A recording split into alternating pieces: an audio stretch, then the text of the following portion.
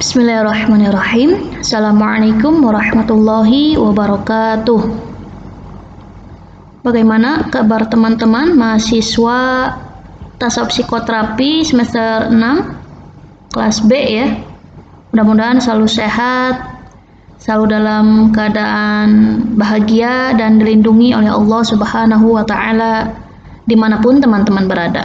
Amin ya rabbal alamin. Baik teman-teman, ini kita akan lanjutkan perkuliahan ya.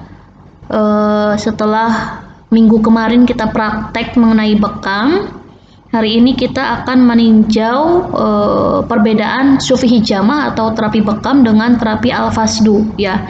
Ini saya mengacu atau merujuk kepada RPS dulu ya teman-teman ya. Ternyata ada salah satu topik mengenai terapi al-fasdu. Nah, apa itu terapi al-fasdu dan bagaimana perbedaannya dengan sufi hijamah? Nanti kita akan bersama-sama mendiskusikannya ya.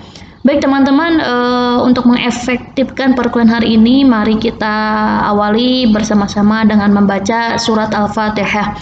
Ala hadhihi niyyah bisirril Fatihah. A'udzu billahi minasyaitonir rajim. Bismillahirrahmanirrahim. Alhamdulillahirabbil alamin arrahmanir rahim maliki yaumiddin iyyaka na'budu wa iyyaka nasta'in ihdinas siratal mustaqim siratal ladzina an'amta 'alaihim ghairil maghdubi 'alaihim waladdallin amin.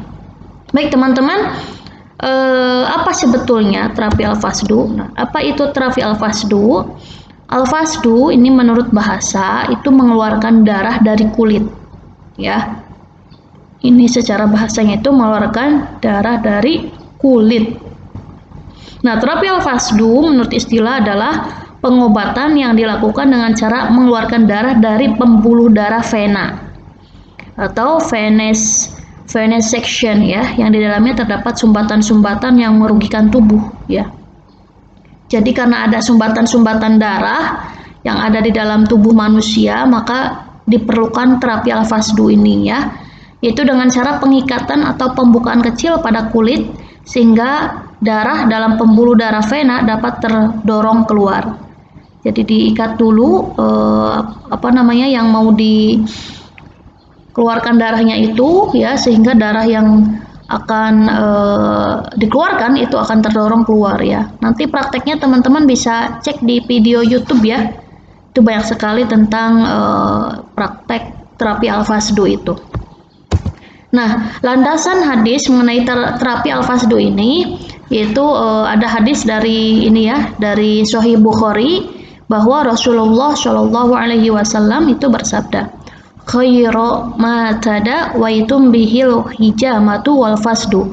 Jadi sebaik-baik pengobatan yang kalian lakukan adalah hijamah dan fasdu ya, dengan berbekam dan mengeluarkan darah dari vena ya, tadi dari darah dari vena tadi ya, dari kulit vena, dari darah vena ya. Nah, nanti perbedaannya apa dengan al-fasdu ini? Nah, cara kerja al-fasdu hampir sama dengan bekam. Yang keduanya mengeluarkan sumbatan-sumbatan dan darah kotor atau toksin ya, atau racun tubuh ya. Tadi mengeluarkan sumbatan-sumbatan darah kotor tadi ya. Perbedaannya al-fasdu dengan hijamah, kalau al-fasdu itu mengeluarkan sumbatan dan racun tubuh melalui pembuluh darah vena tadi ya, pembuluh darah vena, pembuluh darah besar ya, ini yang paham IPA ya, pembuluh darah vena itu pembuluh darah besar, sedangkan bekam mengeluarkan sumbatan dan racun tubuh melalui pembuluh darah kapiler atau pembuluh darah kecil gitu. Nah, dalam prakteknya terapi al-fasdu itu dilakukan dengan cara memasukkan jarum infus ke dalam pembuluh darah atau pembuluh darah vena tadi ya, atau arteri untuk mengeluarkan darah, sama halnya dengan donor darah. Nih teman-teman yang pernah melakukan donor darah, bukan ditusuk ya teman-teman ya, itu dikeluarkan darahnya. Nah, prakteknya hampir sama dengan donor darah, hanya saja kalau donor darah kan di ini ya, bagian lengan ya, bagian lengan. Nah, kalau al-fasdu itu dilakukan di bagian tubuh mana yang sakit gitu, tapi prosesnya sama ya, ditusuk ya teman-teman ya. Hal ini dilakukan dengan cara melakukan penyayatan atau insisi atau bedah minor serta penusukan pembuluh darah menggunakan jarum infus. Jadi sebenarnya prakteknya hampir sama dengan donor darah ya. Kalau donor darah itu kan dilakukan hanya pada bagian lengan ya teman-teman ya. Tapi kalau untuk al-fasdu itu dilakukan di anggota tubuh yang sakit Ya, misal sakitnya di kaki itu nanti di kaki yang akan dikeluarkan darahnya. Sakitnya misal di apa namanya lagi ya, di punggung ya dikeluarkan dari punggungnya itu. Nanti titik-titiknya saya jelaskan juga. Begitu ya teman-teman ya, bedanya dengan bekam atau dengan donor darah. Next, manfaat terapi Al-Fasdu. Nah, manfaat Al-Fasdu sangat efektif untuk mengatasi berbagai masalah atau penyakit yang berhubungan dengan kesehatan darah. Jadi, segala penyakit yang berhubungan dengan darah itu sebetulnya bagus untuk dilakukan terapi Al-Fasdu. Hanya saja memang teman-teman untuk melakukan terapi Al-Fasdu ini harus betul-betul oleh orang yang ahli ya, terutama orang yang ahli orang yang ahli dalam bidang medis ya. Jadi kita nanti kalaupun misal nanti ikut ikut pelatihan ya dan sebagainya, itu kita tidak bisa sembarangan melakukan hal itu, harus betul-betul teruji dan memang tahu medisnya ya. Jadi kita nanti harus tahu juga ilmu-ilmu medisnya ya, dengan tadi membaca buku atau terus mengikuti pelatihan dan lain sebagainya. Nah, di sini hampir semua penyakit yang berhubungan dengan darah dapat terobati dengan Fasdu. Beberapa diantaranya adalah diabetes ya. Diabetes itu kan darah yang ini ya. Jadi darahnya itu terlalu banyak katakanlah gumpalan ini ya. Darahnya itu ini ya. Orang-orang yang kena diabetes itu si darahnya itu bercampur dengan kayak ini ya, kadar gula gitu ya. Banyak kadar gulanya seperti itu. Jadi bisa dikeluarkan. Stroke ya, darah tinggi, vertigo yang pusing 7 keliling itu, pengentalan darah, gagal ginjal, hepatitis dan lain sebagainya. Jadi bisa dilakukan dengan Al-Fasdu. Dengan melakukan terapi Fasdu ini, maka darah kita yang semula tersumbat maka akan kembali normal. Darah yang menggumpal akan mencair ya, dan darah yang terlalu panas atau dingin akan kembali normal sehingga tubuh kita akan sehat dan terhindar dari berbagai penyakit. Itu teman-teman manfaatnya ya. Nah, manfaat dan teman-teman yang biasa dilakukan dalam terapi Al-Fasdu. Yang pertama itu pada urat al-akhal ya, vena di tengah hasta tempat disuntik ya, tengah hasta tempat disuntik. Medial arm vein ya, vena cubiti mediana, bermanfaat bagi penyakit otot leher dan tulang rusuk bagian bawah dekat perut itu. Yang kedua pada urat al-kifal di atas hasta, maka sangat bermanfaat bagi orang yang mimisan. Pada urat vena basilik, ini memang ini ya bahasanya bahasa medis ya teman-teman ya. Nanti harus cek di bukunya juga nih bagian-bagian mana ini ya. Vena basilik, pembuluh vena persambungan dari vena cubiti mediana. Di bawahnya terdapat al-akhal, sangat bermanfaat bagi limpa atau liver. Pada urat vena basilik bagian dalam sangat bermanfaat untuk menyembuhkan penyakit paru-paru dan sesak napas. Nah, pada urat dahi sangat bermanfaat untuk sakit kepala, khususnya sakit bagian belakang kepalanya. Juga bermanfaat untuk pusing atau penyakit mata. Pada urat pelipis sangat bermanfaat bagi jerawat dan penyakit borok pada kepala dan sakit migrain. Di bawah lidah ya sangat bermanfaat bagi kulit kepala.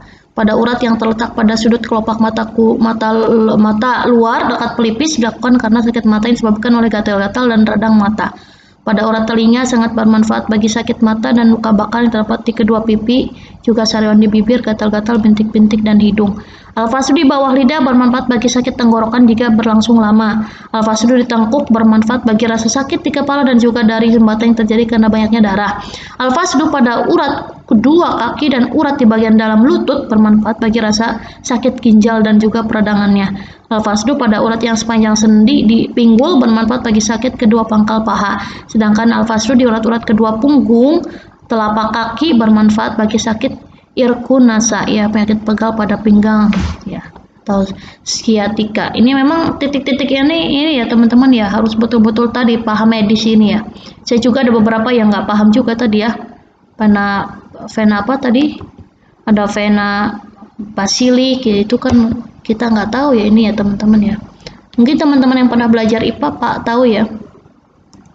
Oke itu ya teman-teman. Tapi setidaknya ada titik-titik yang memang seperti bekam lagi ya. Jadi ada titik-titik yang dianjurkan untuk dilakukannya pengeluaran darah itu ya. Nah, larangan terapi Al-Fasdu. Jadi Al-Fasdu ini tidak bisa dilakukan untuk semua orang juga ya. Nah, karena apa? Karena ada beberapa larangan ya. Yang pertama tidak boleh dilakukan pada anak kecil ya. kecuali dalam keadaan darurat dan harus izin kedua orang tuanya atau walinya. Ya, sebetulnya tidak boleh untuk anak kecil ya. Yang kedua, tidak boleh juga dilakukan pada orang yang sudah tua renta, juga pada budak kecil, pada budak kecuali seizin majikannya. Yang ketiga, jika urat penanya cukup tipis, maka dilakukan fasdu dengan cara memanjang ya, arah membujur atau vertikal. Jika fasdu dilakukan pada anak kecil atau orang kurang waras atau gila, maka fasdu harus dilakukan tidak terlalu lebar, urasannya yang kecil. Jika fasdu dilakukan pada urat kepala, dahi, belakang telinga, ya, belakang telinga atau bawah lidah, maka leher harus diikat dengan sapu tangan sehingga darah tertahan. Perlu diketahui bahwa al-fasdu di bawah lidah dan mata itu sangat rawan sekali sehingga harus dilakukan dengan penuh kehati-hatian. Ya. Jadi kan ada di titik bawah lidah ya, di sini ya bawah lidah. Ada juga tadi di mata ya. Dianjurkan untuk mengikat tali pada paha pada saat hendak melakukan al-fasdu pada ini ya bagian kaki di betis itu. Yang selanjutnya sebelum melakukan al-fasdu diharuskan membersihkan atau mengosongkan perut ya. Harus puasa dulu. Fasdu harus dilakukan di awal siang ya. Saat dimana kondisi tubuh sedang kuat-kuatnya ya. Yang selanjutnya tidak boleh dilakukan pada orang yang lambung dan liver dalam kondisi lemah ya. Orang yang sangat kurus atau lemah, itu jadi ada larangan-larangannya. Begitu teman-teman, jadi intinya terapi bekam dan terapi al-fasdu itu hampir sama ya, mengeluarkan darah. Tapi kalau misalkan bekam itu darah darah yang dikeluarkan itu pada pembuluh darah kecil. Kalau yang al-fasdu itu darah yang dikeluarkan itu dari darah pembuluh besar ya, atau vena atau arteri tadi. Manfaatnya juga sebetulnya hampir sama ya, mengeluarkan darah kotor ya, atau tadi toksinasi ya, supaya membersihkan racun-racun dalam tubuh ya. Tetapi kalau al-fasdu itu dilakukannya hanya pada bagian-bagian yang sakitnya aja ya, titik-titik yang sakit, kita ngerasa sakit di mana. Dan bekam juga sama ya, dilakukan pada titik-titik yang sudah dijelaskan dulu ya kita. Itu ya teman-teman.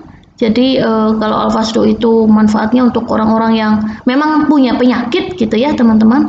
Kalau yang kalau yang bekam itu untuk bisa menjaga biar selalu sehat, atau juga tadi untuk merawat yang kalau udah sakit itu bisa dirawat dengan bekam gitu.